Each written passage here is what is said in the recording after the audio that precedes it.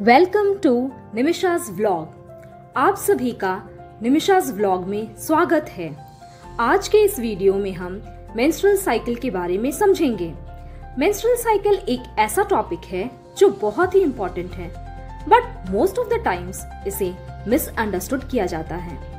आज का यह टॉपिक उन सभी के लिए है जो मेंस्ट्रुअल साइकिल को एक्सपीरियंस कर रहे हैं या फिर उसे डिटेल्ड में जानने की इच्छा रखते हैं।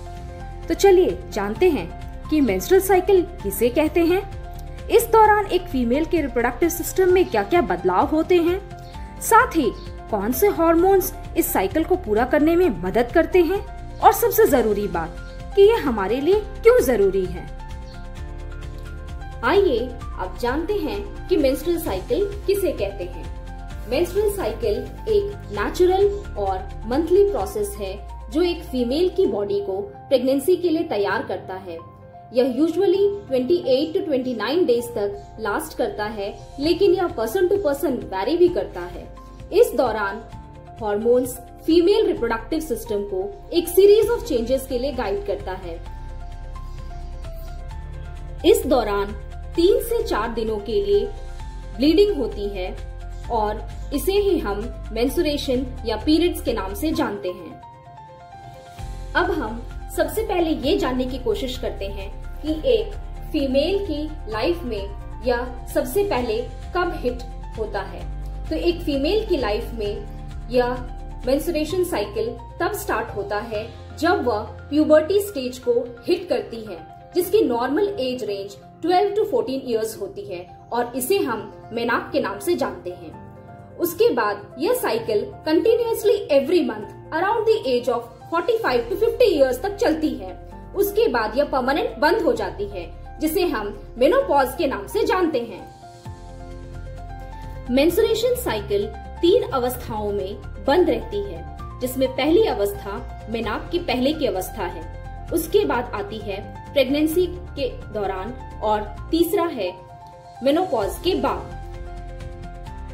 आइए अब हम फीमेल रिप्रोडक्टिव सिस्टम को एक मॉडल के द्वारा समझने की कोशिश करते हैं कि एक फीमेल रिप्रोडक्टिव सिस्टम में कितने डिफरेंट पार्ट्स होते हैं। एक फीमेल रिप्रोडक्टिव सिस्टम में a pair of ovary, fallopian tube, uterus, inner lining of the uterus जिसे हम एंडोमेट्रियम कहते हैं, सर्विक्स और वेजाइना प्रेजेंट होते हैं। आइए अब हम मेंस्ट्रुअल साइकिल की वर्किंग को देखते हैं। इस साइकिल में प्रोजेस्टेरॉन और एस्ट्रोजन हार्मोन ओवरी और यूटेरस को प्रेगनेंसी के लिए तैयार करते हैं। एक फीमेल की ओवरी में लगभग 60,000 to 80,000 फॉलिकल्स रहते हैं। इन फॉलिकल से हर महीने एक मैच्योर ओवम रिलीज होता है और जब यह रिलीज होकर फैलोपियन ट्यूब से पास हो रहा होता है, जैसा कि आप अभी देख रहे हैं, इसी दौरान एक मेल एग या स्पर्म ओवम को फर्टिलाइज करता है और वह ओवम यूटेरस में इम्प्लांटेशन के लिए रेडी हो जाता है और तब प्रेगनेंसी कंफर्म हो जाती है। लेकिन अगर ऐसा नहीं हो पाता है तो uterus lining along with mucus और ब्लड ये सभी शेड होना शुरू हो जाते हैं और यह ब्लीडिंग के रूप में शेड होते हैं जो 3 से 4 दिनों तक चलता है और इसे ही हम मेंस्ट्रुएशन के नाम से जानते हैं। इसे कॉमन साइंटिफिक लैंग्वेज में हम ब्लीडिंग ऑफ यूटेरस या वीपिंग ऑफ यूटेरस के नाम से भी जानते हैं और कॉमनली हम इसे पीरियड्स के नाम से भी जानते हैं। तो आइए चलिए हम देखते हैं कि वीपिंग ऑफ यूटेरस कैसे होता है।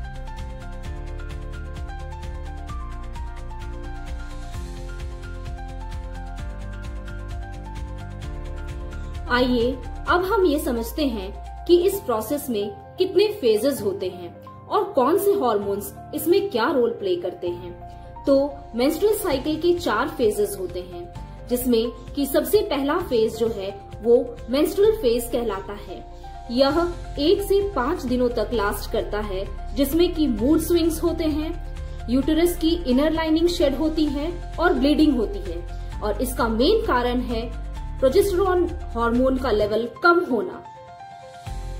दूसरे फेज को हम फॉलिकुलर फेज के नाम से जानते हैं, या इसे हम प्रोलिफरेटिव फेज भी कहते हैं।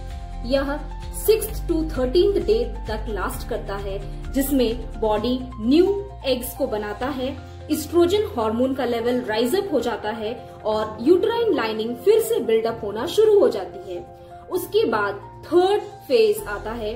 थर्ड फेज को हम ओव्यूलेटरी फेज के नाम से जानते हैं, जो 14th डे को अमूमन देखा जाता है। इस दौरान एक मैच्योर एग ओवरी से रिलीज होता है और उस समय ल्यूटिनाइजिंग हार्मोन अपनी पीक लेवल पर होता है, जो इसके लिए जिम्मेदार है। अब हम फोर्थ फेज को जानते हैं। फोर्थ फेज को हम ल्यूटियल फेज या सेक्रेटरी फेज भी कहते हैं। यह 15th to 28th डे तक लास्ट करता है, जिसमें कॉर्पस लूटियम प्रोजेस्टेरॉन हार्मोन को प्रोड्यूस करता है और एंडोमेट्रियम को फर्टिलाइज्ड एग इम्प्लांटेशन या प्रेगनेंसी के लिए रेडी करता है। इस दौरान प्रोजेस्टेरॉन और एस्ट्रोजन हार्मोन का लेवल हाई रहता है। आइए अब हम एक टाइमलाइन चार्ट की मदद से अच्छे से समझने की कोशिश करते हैं कि मेंस्ट्रुअल साइकिल के डिफरेंट फेजेस में डिफरेंट हार्मोन्स क्या रोल प्ले करते हैं। बट सबसे पहले हम ये जानते हैं कि हमारे ब्रेन का एक पार्ट हाइपोथैलेमस, जो एक गोनाडोट्रोपिन नामक हार्मोन्स को रिलीज करता है, वो हमारी पिट्यूटरी को ट्रिगर करता है।